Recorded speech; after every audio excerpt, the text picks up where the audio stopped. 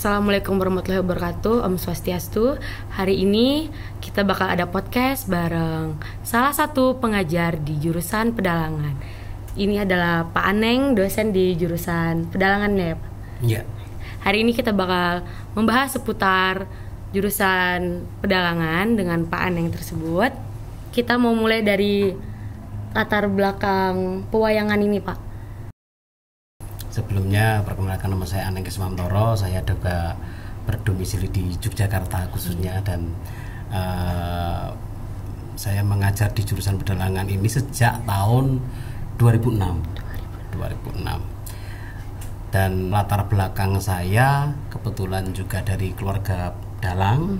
Sejak dari saya kecil memang dari mbah, bapak, ibu juga seorang seniman dalang, dan saya menggelutinya dari sejak kecil. Dan selama saya bergumul dengan seni pedalangan ini, memang kalau kita berbicara masalah wayang, ada 3 hal yang perlu dipahami. Berbicara masalah wayang itu adalah satu, sebagai bisa dikatakan sebagai seni pertunjukan. Nah, yang kedua adalah boneka. Ini seperti ini boneka nih, boneka wayang. Terus wayang juga bisa dipahami sebagai cerita. Misalkan Anda membaca salah satu cerita Mahabharata, Ramayana, pasti akan, oh ini cerita wayang kan gitu. Kalau misalkan ada boneka, bahkan sekarang dunia sendiri mengakui segala bentuk boneka itu juga bisa dikatakan wayang kan. Jadi wayang itu ada, kalau dari segi bonekanya ada dua dimensi dan 3 dimensi. Kalau 2 dimensi seperti wayang-wayang ini terpipih atau terbuat dari kulit atau mungkin kertas karton atau mungkin sejenisnya, dan itu juga nanti dipahat dan menghasilkan bayang-bayang. Nah, itu bisa dikatakan wayang 2 dimensi. Tapi sekarang wayang 3 dimensi juga tak kalah berkembangnya, seperti wayang golek, wayang terbuat dari kayu, atau wayang terbuat dari kertas, atau wayang-wayang lainnya. Dan sekarang memang sudah meluas ya, artinya meluas. Itu dari segi bonekanya. Terus pertunjukan lah, sekarang misalkan yuk nonton wayang, kan berarti kan biasanya kan kalau nonton itu biasanya sudah terkait dengan pertunjukannya. Pertunjukan wayang itu sangat banyak sekali. Ada pertunjukan wayang golek, wayang kulit purwo, bahkan wayang A, B, C, D gitu kan. Dan notabene dari segi perkembangan itu, materialnya atau misalkan bonekanya berbeda, sudah bisa dikatakan wayang baru juga. Tidak semua wayang sama kan gitu. Terus misalkan pertunjukannya berbeda, itu juga biarpun materialnya sama, dengan gaya pertunjukan berbeda, sekarang juga banyak muncul nama wayang baru. Misalkan salah satu contoh ada wayang sinema misalkan, seperti itu. Itu bonekanya tetap sama tapi gaya pertunjukannya berbeda. Nah, gitu. Terus ada wayang misalkan kulit purwo, jelas itu pertunjukan wayang kulit purwo ya. Terus ada wayang, misalkan bedanya apa dengan wayang golek? Itu sama-sama wayang kan, bisa dikatakan wayang, tapi karena pertunjukannya adalah pertunjukan 3 dimensi, akhirnya berbeda. Apalagi sekarang perkembangannya setiap banyak cerita-cerita baru yang dikembangkan. Bahkan tidak hanya cerita Mahabharata, Ramayana, tetapi juga bisa mengadaptasi dari cerita-cerita dari luar. Misalkan salah satu contoh di Jogja ini atau di Indonesia ini ada wayang Wajinwa. Wayang Wajinwa itu wayang Cina Jawa. Itu berbentuk wayang kulit 2 dimensi, tetapi ceritanya berasal dari negeri Tiongkok. Gitu kan ceritanya Wajinwa, berarti sudah beda lagi. Bahkan ada namanya sekitar 1900-500-an itu muncul wayang menak misalkan itu.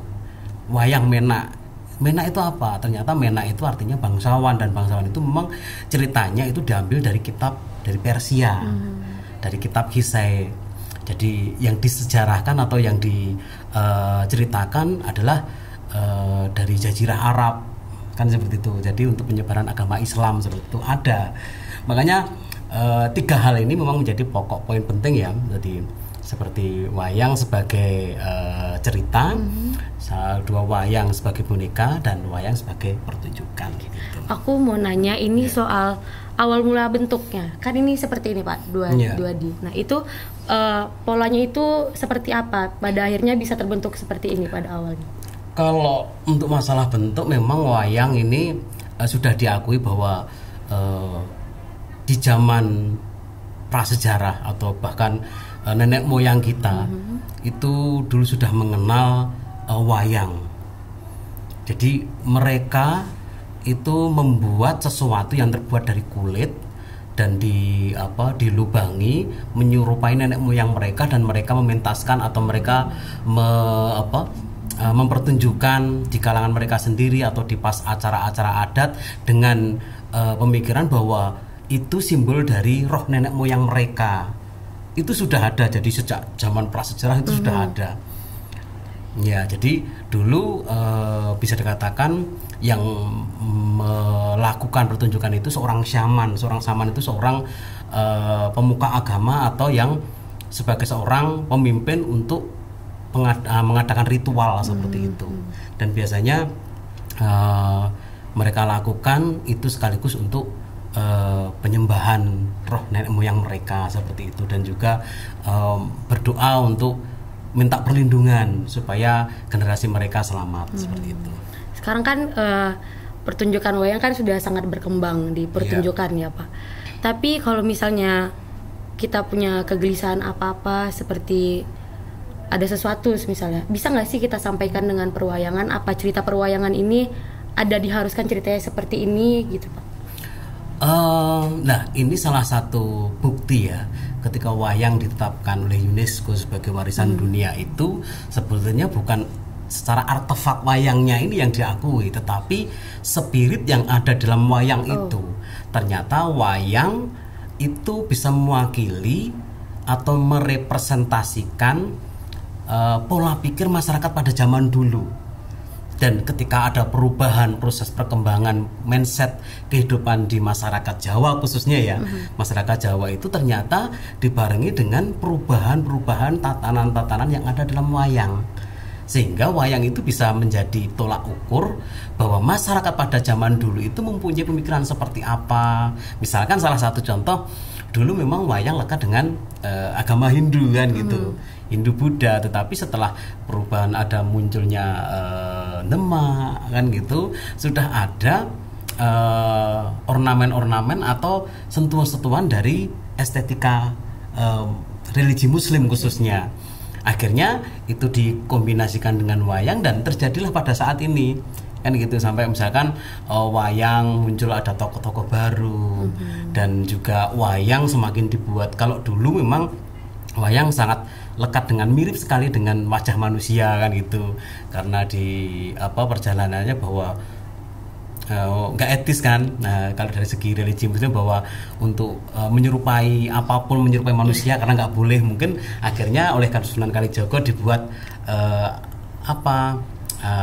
gambar miring seperti itu, seperti wayang hidungnya dibuat panjang, terus tangannya dibuat panjang, ada sebuah sentuhan-sentuhan di mana akhirnya menjadi perubahan-perubahan dari sejak awal adanya wayang terus sampai sekarang juga kayak gitu.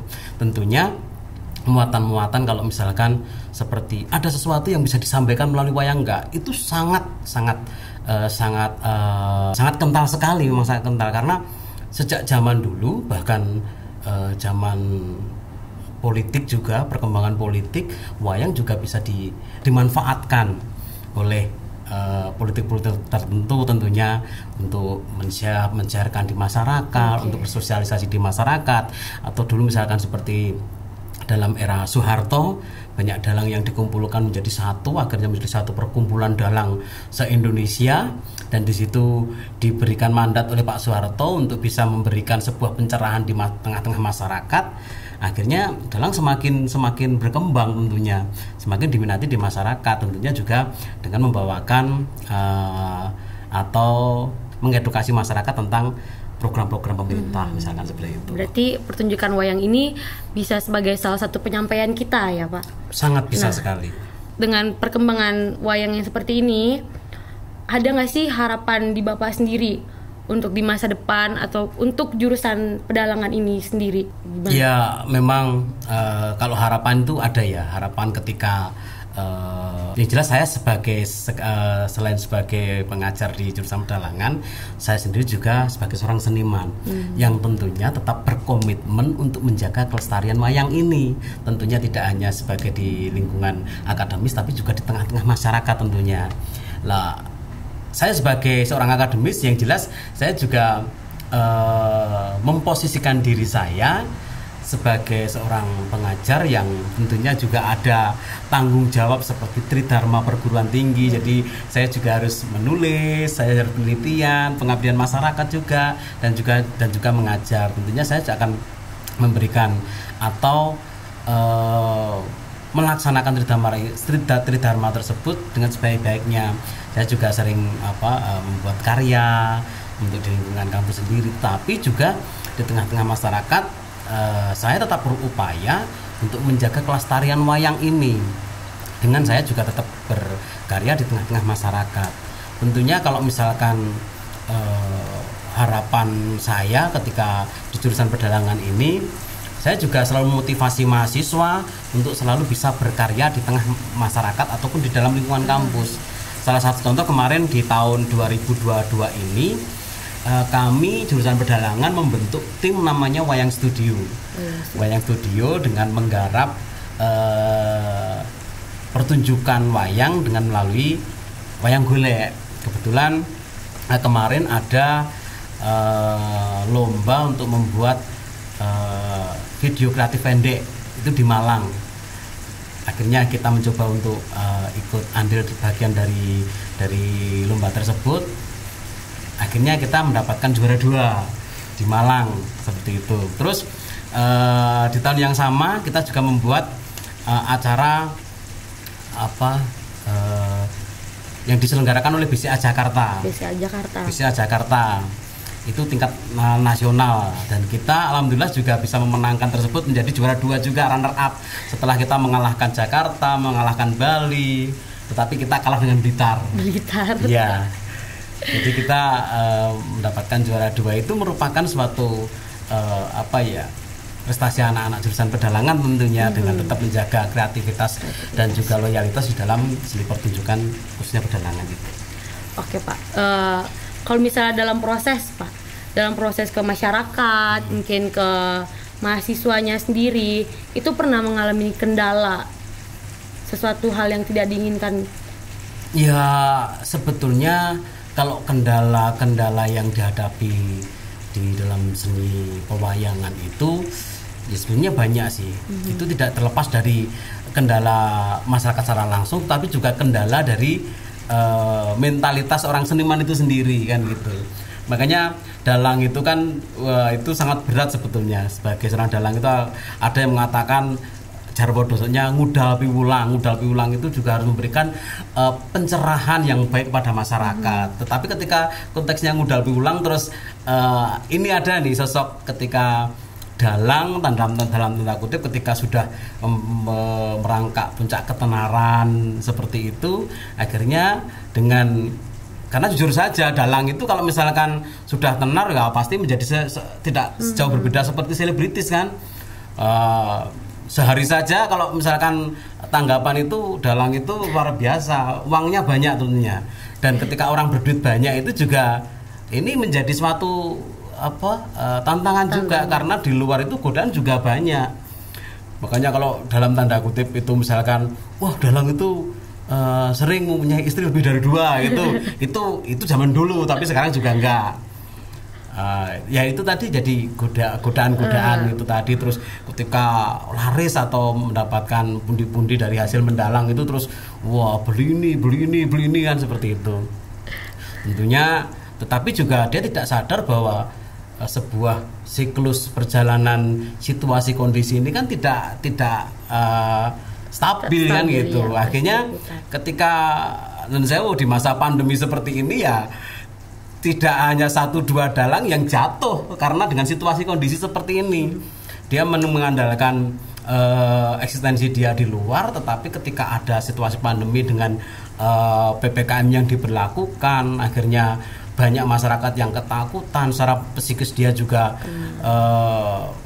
terkena dan akhirnya juga takut untuk nanggap wayang ataupun mengadakan pertunjukan yang notabene menghadirkan orang banyak, akhirnya juga ya banyak sekali dalang yang terkena imbas dari pandemi yang sedang kita hadapin sekarang. Iya, jadi makanya itu saya yang sering saya ajarkan pada mahasiswa, biarpun dengan situasi kondisi seperti ini kita tetap harus produktif kan gitu.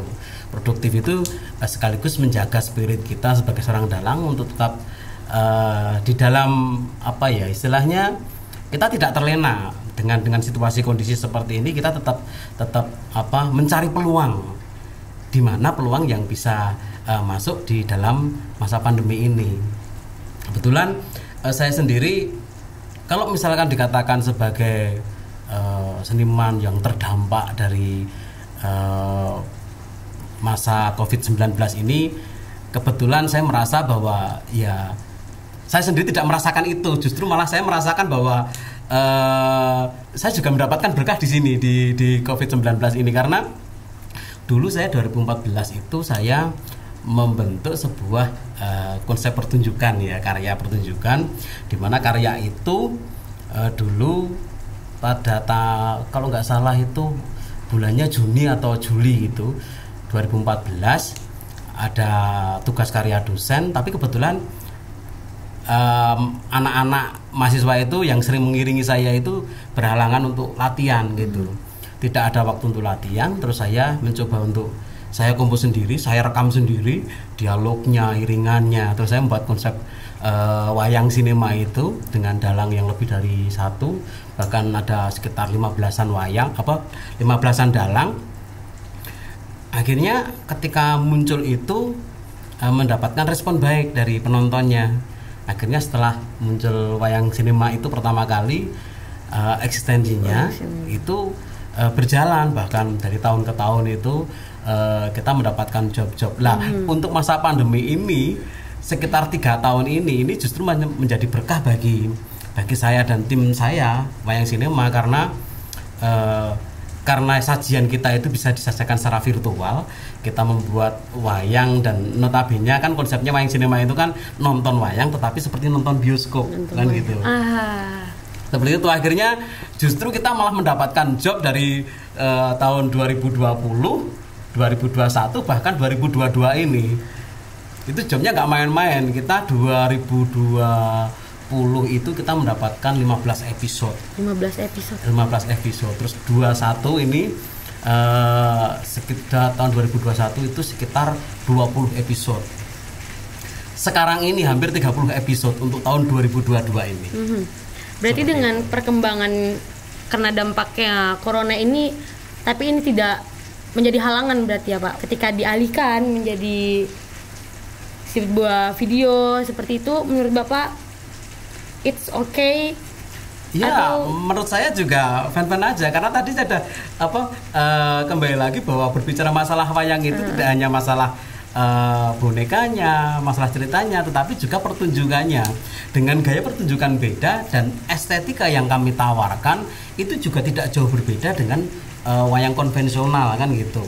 Tetapi hanya pengemasannya, pertunjukan yang berbeda. Misalkan salah satu contoh ada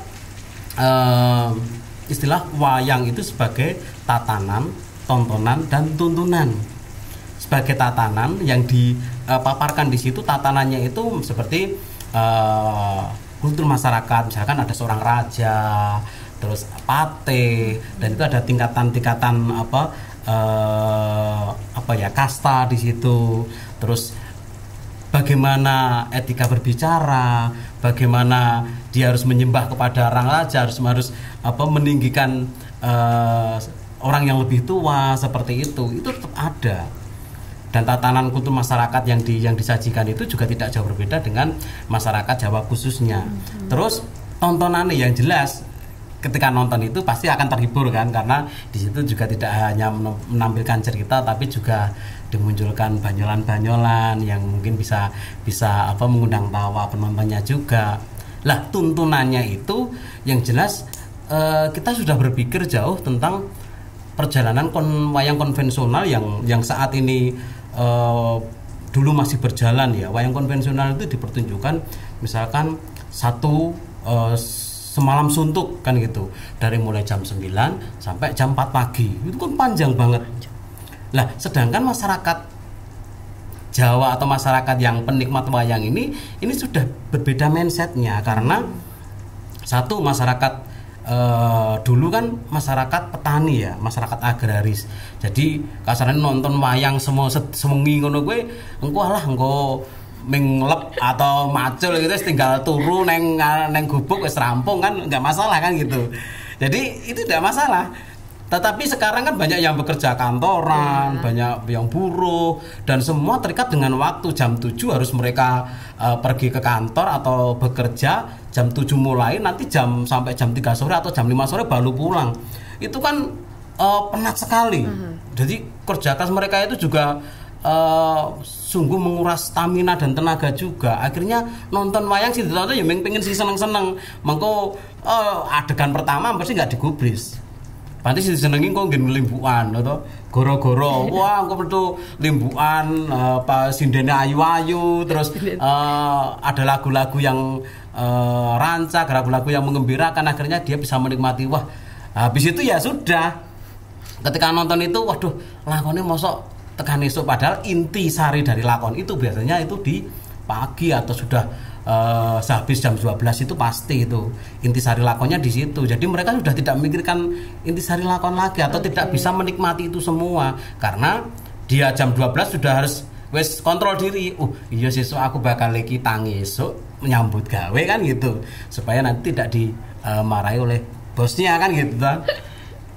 Akhirnya ya ini ada perubahan, makanya dengan konsep wayang sinema, dengan kami menyajikan sekitar mungkin bahkan 15 menit bisa 15, 30 tapi juga paling lama kita pernah membuat durasi 1,5 jam ya. 1,5 jam itu lama sekali. Itu waktu Dies Natalis isi Yogyakarta pada tahun 2014 juga. Itu membuat 1,5 jam. Tetapi dengan durasi biar 15 menit bahkan 20 menit itu pun bagaimana kita tetap bisa menyampaikan intisari dari lakon tersebut atau nilai-nilai yang bisa ditawarkan kepada masyarakat. Nah, dengan wayang sinema ini Pak, berarti secara tidak langsung kan perkembangannya pesat sampai ke masyarakat banyak. Itu kan sosial media seperti yang kita tahu ya Pak, trendingnya cepat banget. Nah, dengan trending sekarang ini kan ada isu terdekat nih Pak, permasalahan wayang haram. Gitu. Itu menurut Bapak seperti apa? Kalau menurut saya sebagai seorang pribadi seniman atau bahkan seorang dosen sebelum, saya tidak merasa serik atau merasa tersakiti, enggak. Tapi justru wayang ini menjadi tantangan.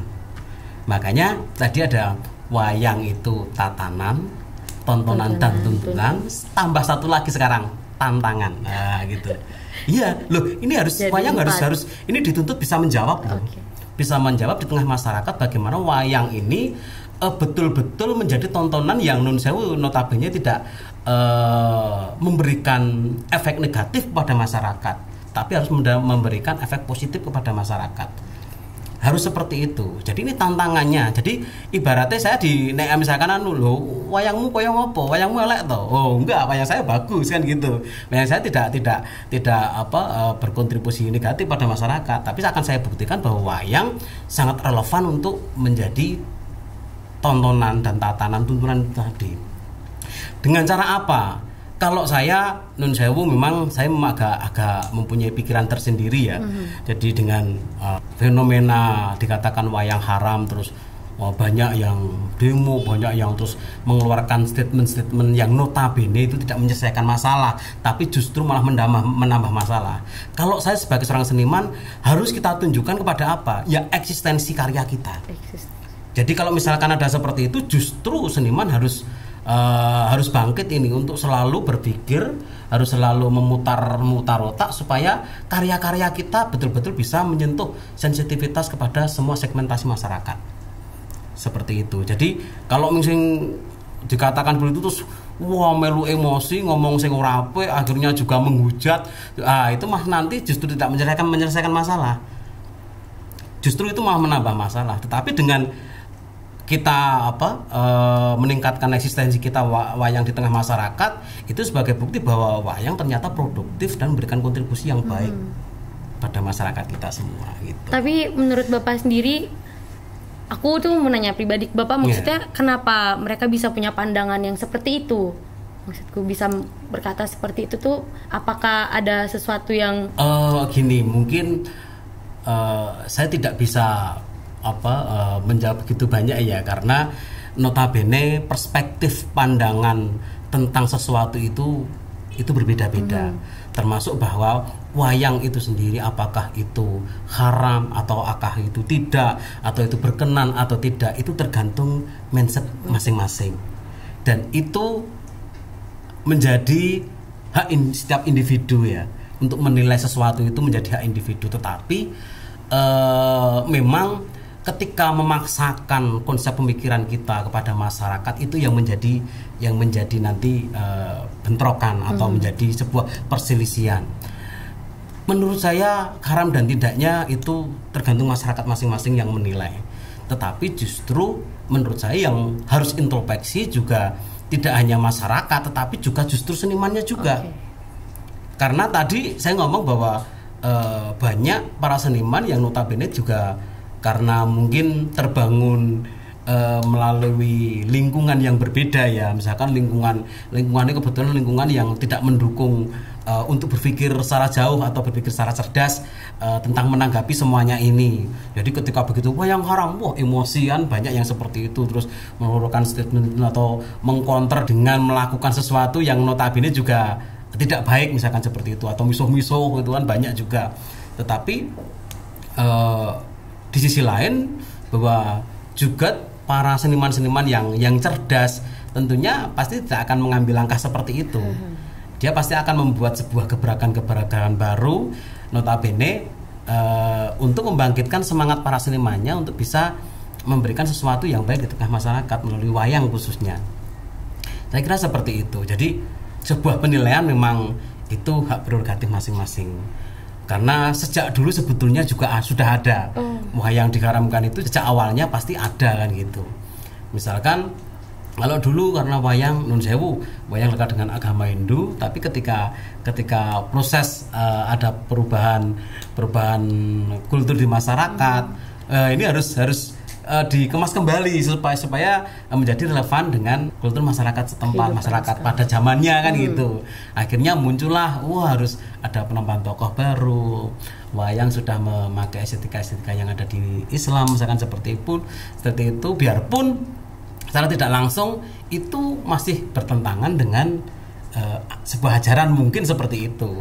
Tetapi saya pribadi, saya akan menganggap bahwa kalau wayang ini memang masih relevan dan masih sangat pantas untuk menjadi sebuah tontonan dan tuntunan di tengah masyarakat gitu.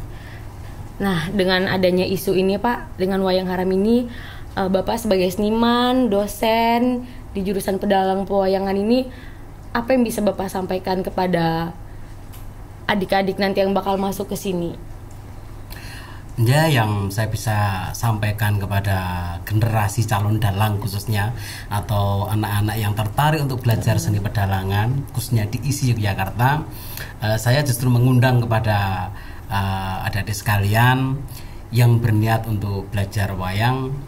Ayo kita belajar wayang bersama-sama, dan juga jangan takut biarpun wayang dipandang negatif, tetapi dengan eksistensi kita, dengan karya-karya kita di tengah masyarakat, dan tentunya juga wayang yang betul-betul memberikan edukasi yang baik di tengah masyarakat, saya yakin bahwa wayang akan tetap eksis dan wayang akan tetap digemari oleh masyarakat, tidak hanya masyarakat Jawa, tetapi masyarakat nasional bahkan internasional.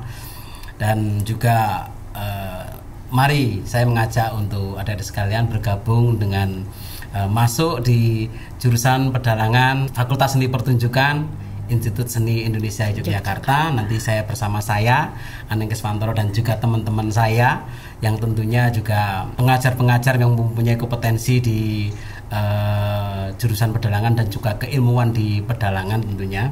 Jadi ketika nanti panjenengan bisa masuk di ISI, nanti akan bersama saya untuk berkolaborasi bersama dan berkarya bersama untuk menunjukkan wayang, salah satu tontonan tatanan dan tuntunan dan juga tantangan di masa depan. Terima kasih. Terima kasih Pak. Oke, aku terima kasih dengan waktu Bapak. Ya. Aku akhiri sampai di sini. Untuk adik-adik semua, jangan melihat sisi negatifnya saja. Banyak sisi positif yang bisa kita lihat ke belakang. Oke, terima kasih ya Pak. Buat teman-teman semua, jangan lupa lihat Instagram kita BEM FSP, YouTube, dan jangan sampai lupa bakal ada nextnya lagi loh podcast ini. Dadah.